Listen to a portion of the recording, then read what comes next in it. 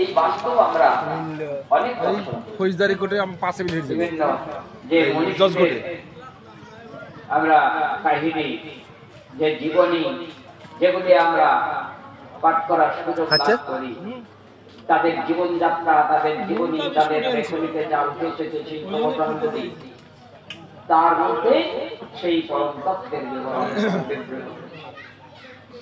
যে জীব তার জীবাত্মা আসলে হনুমানের ইয়া দেখলাম ফৌজদারি কোর্টে পাঁচে বিধি হচ্ছে, যতক্ষণ বিস্কুট ততক্ষণ ছাড়ে না। এতে তার মধ্যে আছে সেই পুরীতে গিয়ে একটা জায়গায় হয় বৃন্দাবন না কোথায় সে হনুমান না বান্দর মনীষী তাদের জীবন চরিত্র আমরা শুনি। অনেক উদাহরণ আছে। রামকৃষ্ণ পরমহংসদেব, লোকনাথ ব্রহ্মচারী, স্বামী মহারাজ, স্বামী নিগমানন্দজি, স্বামী অখণ্ডানন্দজি, বিজয় কৃষ্ণ গোস্বামী, ডক্টর শ্যামাচরণ রায়, পুরোটা করবো না আমি কেটে দেবো। এইরকম কত শত শত উদাহরণ বামদেব দামোদর থেকে শুরু করে ও খেতে পাচ্ছে না আসলে আর বেশি করে। যারা নিজের এই জীবাত্মা হাত দিও না, হাত দিও না করে নিজের জীবনযাত্রা নির্বাহ ব্যক্তিগত সুখ স্বাচ্ছন্দ্য প্রাপ্তির আকাঙ্ক্ষায় নয়, বহু জনের হিতায়, বহু লোকের হিতায়, সর্বজনের কল্যাণের জন্য, জীবের কল্যাণের জন্য, এবং ভগবানের কর্ম করছেন এই মনে করেই অনেকে কর্ম করেছেন। জনকাদি ঋষিরাও এরকম কর্ম করেছেন। তার উল্লেখ আমরা গীতার মধ্যে পাই। তা আমরা যে কথা আলোচনা করছিলাম যে এই যে ধর্মক্ষেত্র, দেহ ক্ষেত্রকে ধর্মক্ষেত্র বলা হচ্ছে না। তাই এই ক্ষেত্র যখন মাতৃ জঠরে অবস্থান করে, একটি দেহ ক্ষেত্র যখন স্থূল ভাব প্রাপ্ত হয়ে মাতৃ জঠরে অবস্থান করে, কারণ সবকিছুই কিন্তু সূক্ষ্ম অবস্থায় আমাদের চারিপাশে বর্তমান আছে। মৃত্যুর পরে আর জন্মের আগে পর্যন্ত এই যে সূক্ষ্ম অবস্থা,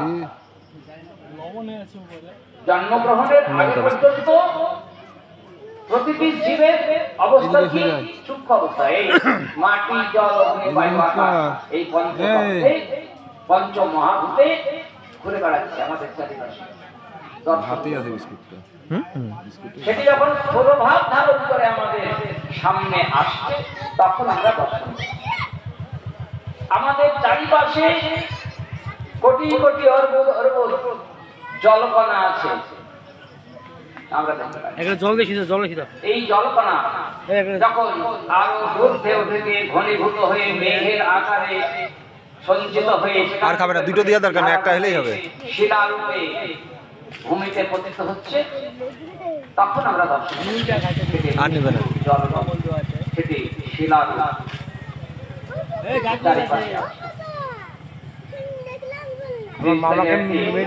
ঠান্ডা বোতল বের করে সামনে রাখবেন, দেখুন তার পায়ে করে জল পড়ছে। কোথায় জল? বাইরে তো নাই, বোতল থেকে তো বেরিয়ে আসছে না, চারিপাশে আছে জলকণা। ঠান্ডা গরমের সংস্পর্শ তার দ্বারা প্রভাবিত হয়ে সেটি জলকণায় পরিণত হয়ে